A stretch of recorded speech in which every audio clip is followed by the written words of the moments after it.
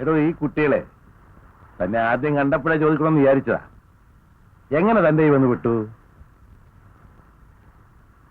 അതോ ചോദിക്കേണ്ടത് മറിച്ചായിരുന്നോ? താനെങ്ങനെ ഇവരുടെ ഇടയിൽ വന്ന് വിട്ടു? തെരുവിൽ നിന്ന് കിട്ടിയതാണ് ഇവരെ. അച്ഛനും അമ്മയും ആരാണെന്നറിയാതെ, സ്നേഹം എന്താണെന്നറിയാതെ, തെരുവിലെ അഴുക്ക് ചാലുകളിൽ ആർക്കും വേണ്ടാതെ വളരാൻ വിധിക്കപ്പെട്ടവർ. അനാഥർ, ഓർഫൻസ്. വർഷങ്ങൾക്ക് മുൻപ് ഇവരിൽ ഒരുവനായിരുന്നു ഞാനും. ശപിക്കപ്പെട്ട എന്റെ കുട്ടിക്കാലം.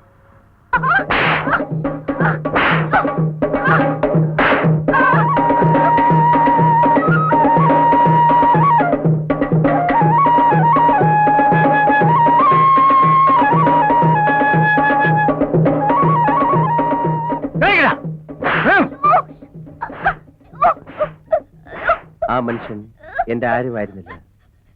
തെരുവിൽ അനാഥനായിട്ടല്ല ഞാൻ ജനിച്ചത്.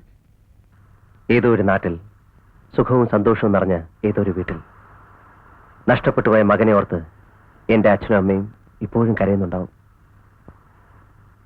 പിച്ച വെച്ച് നടന്ന പ്രായത്തിൽ മുറ്റത്ത് കളിച്ചു നടന്ന എന്നെ അയാൾ കട്ടുകൊണ്ടുപോകുന്നതാണ്. അതൊന്നും എനിക്ക് ഓർമ്മയില്ല. ഒരിക്കൽ ആരോടും അയാൾ പറഞ്ഞത് കേട്ടുള്ള അറിവാണ്. ഓർമ്മ വയ്ക്കുമ്പോൾ മുതൽ തെരുവും ക്രൂരനായ ആ മനുഷ്യനും പിന്നെ അയാളുടെ ചാട്ടവാറിന്റെ അടിയും മാത്രം. ആ കോയോടൊന്ന് വായിക്കേ. വായിക്കാൻ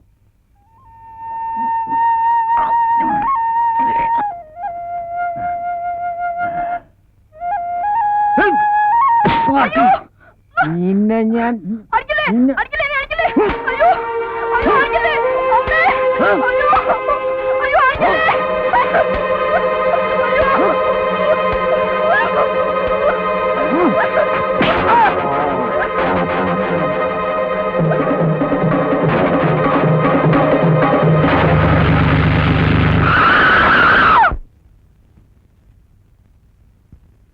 സ്വർഗദൂതനെ പോലെ എന്റെ മുന്നിൽ ഒരു വലിയ മനുഷ്യൻ. അദ്ദേഹത്തിന് എന്നോട് അലിവ് തോന്നി.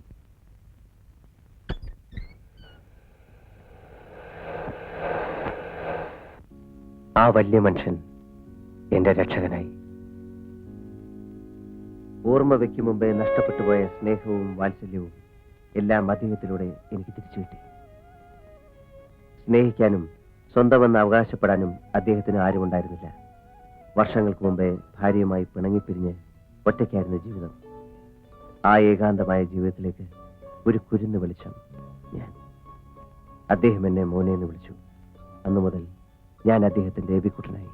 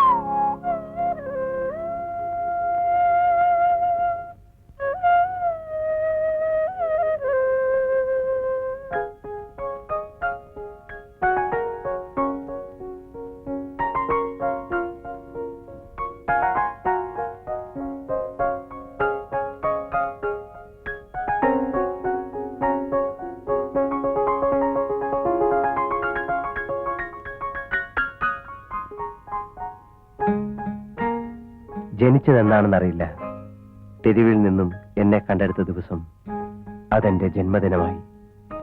എല്ലാ വർഷവും മതിമറന്ന് ഞങ്ങളത് ആഘോഷിച്ചു. സകല സൗഭാഗ്യങ്ങളും തികഞ്ഞ കോളേജിലാണ്.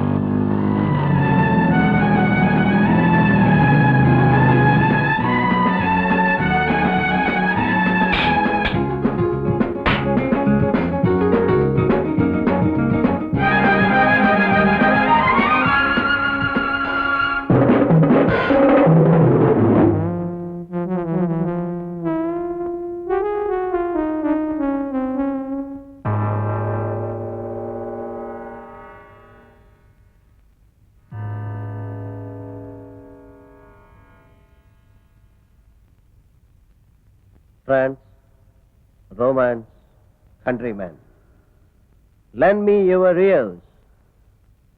I come to bury Caesar, not to praise him. The evil that men do lives after them. The good is often interred with their bones. So let it be with Caesar. ഹോസ്റ്റലിൽ വെച്ച് ഒരു ദിവസം അപ്രതീക്ഷിതമായിരുന്നു ആ news. ഡാഡിയുടെ മരണം.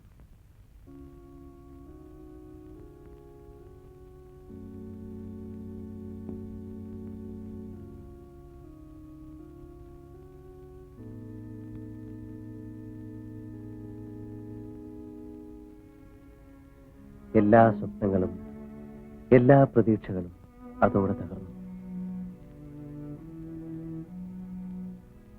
പണ്ടെങ്ങോ പിണങ്ങിപ്പോയ ഡാഡിയുടെ ഭാര്യ മരിച്ച ദിവസം കരഞ്ഞു വിളിച്ചുകൊണ്ട് കയറി വന്നു. കൂടെ 2 സഹോദരന്മാരും. പിന്നെ അവർ തിരിച്ചുപോയില്ല.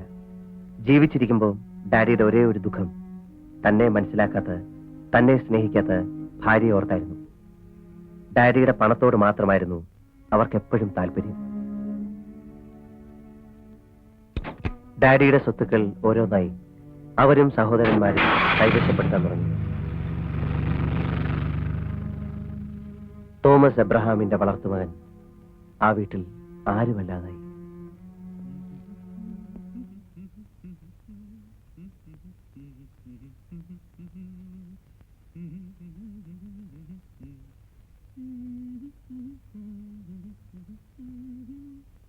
ആര് പറഞ്ഞു ഈ ഫോട്ടോ മാറ്റാൻ?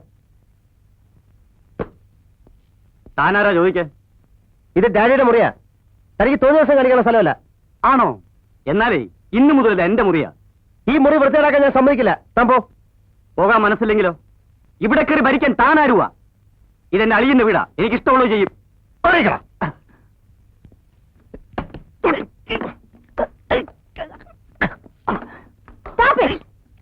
Bloody bastard.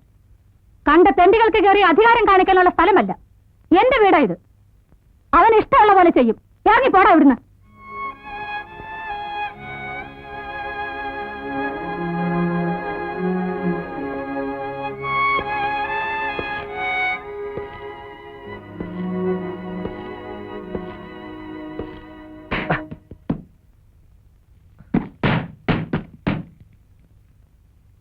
I say you get out!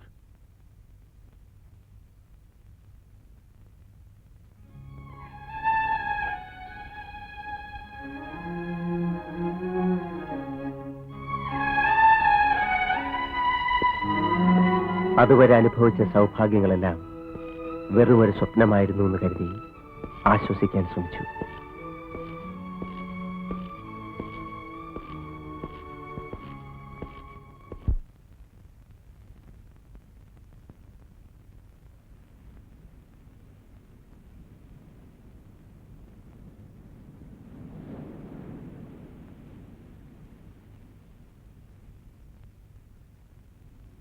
ആരോരുമില്ലാതെ, ഒന്നുമില്ലാതെ ഈ വലിയ ലോകത്തിൽ പിന്നെയും ഞാൻ ഒറ്റയ്ക്ക്.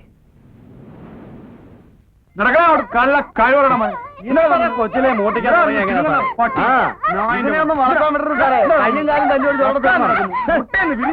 ഇന്ന് അവൻ മണ്ണ് മോട്ടിച്ചു. നാളെ അവൻ എന്റെ പണപ്പെട്ടില്ല.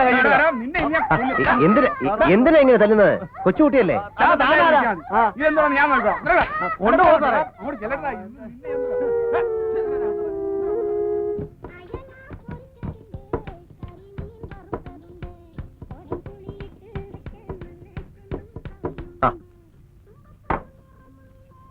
മീനില്ലേ? കരിമീൻ. ഒരു കരിമീൻ ഫ്രൈ. മസാല ഉണ്ടോ? മസാല ഉണ്ട്. ഒരു മസാലയും ഒരു ഡബിൾ ഓംലെറ്റ്. കുടിക്കാൻ എന്തുണ്ട്? ചായ, കാപ്പി. ഹോർലിക്സ് ഇല്ലേ? ഹോർലിക്സ് ഉണ്ടല്ലോ. അപ്പൊ അത് വേണ്ട. 2 ബോൺവിറ്റാ.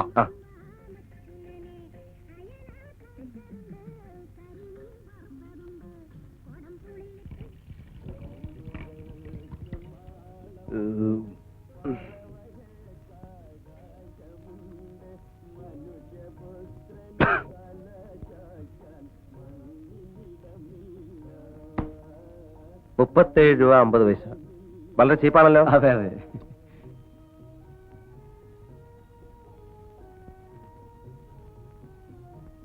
ഇപ്പൊ എത്രയായി? 38 ഉറുപ്പ്യ. ആ, എന്റെ കാശില്ല. അതെന്താ?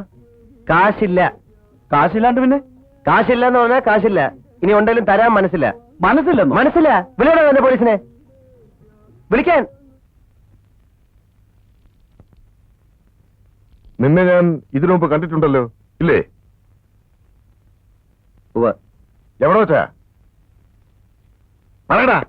എന്നെ എടാ പോടാന്നൊന്നും വിളിക്കരുത്. അയ്യോ ഇല്ലേ, സാറേ എന്ന് വിളിക്കാം. എവിടെ വെച്ചാണ് ആവോ സാറേ നമ്മൾ തമ്മിൽ കണ്ടത്? പറയാം. ഇതെന്റെ ഒരു പ്രസ്റ്റീജ് പ്രശ്നമാണ്. 50,000 രൂപയുടെ ടിക്കറ്റാണ് എനിക്ക് വിൽക്കാനുള്ളത്.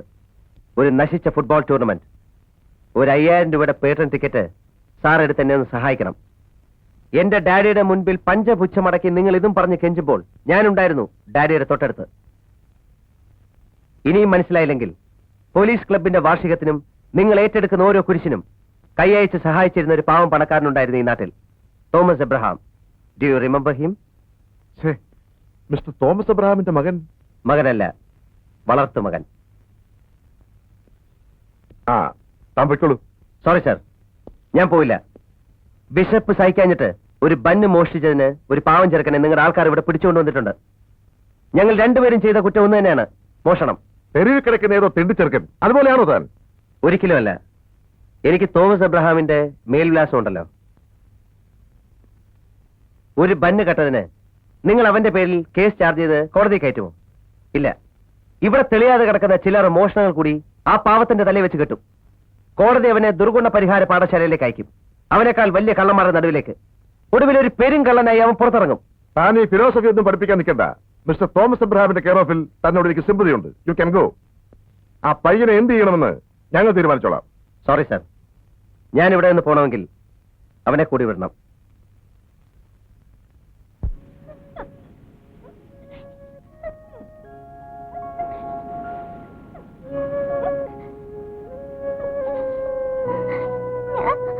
ഒന്നും പറയണ്ട. നിനക്ക് എന്താണ് പറയാനുണ്ടാവുമെന്ന് എനിക്കറിയാം. അടി കൊണ്ടപ്പം നിനക്ക് നൊന്തോ? എല്ലാരും അതെ, എപ്പോഴും എന്നെ തല്ലും. എനിക്ക് ശീലമായി. ഞാൻ ഇനി കക്കൂല സാർ. ഞാൻ സാറിന്റെ കൂടെ പോന്നോട്ടെ. വിശക്കുമ്പോ എന്തെങ്കിലും തന്നാ മതി. എന്ത് പണി വേണമെങ്കിലും എടുത്തോളാം. സാറല്ല, ചേട്ടൻ. എനിക്ക് ആരുമില്ല. ഞാൻ ചേട്ടൻ്റെ കൂടെ പോന്നോട്ടെ. എങ്ങോട്ട്? എങ്ങോട്ടാച്ചാലും.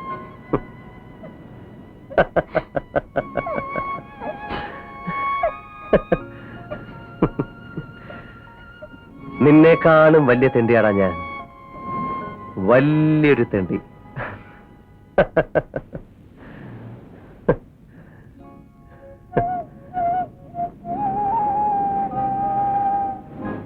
അന്ന് വർഷങ്ങൾക്ക് മുൻപുള്ള എന്റെ കുട്ടിക്കാലം ഞാൻ അവനിൽ തിരിച്ചറിഞ്ഞു.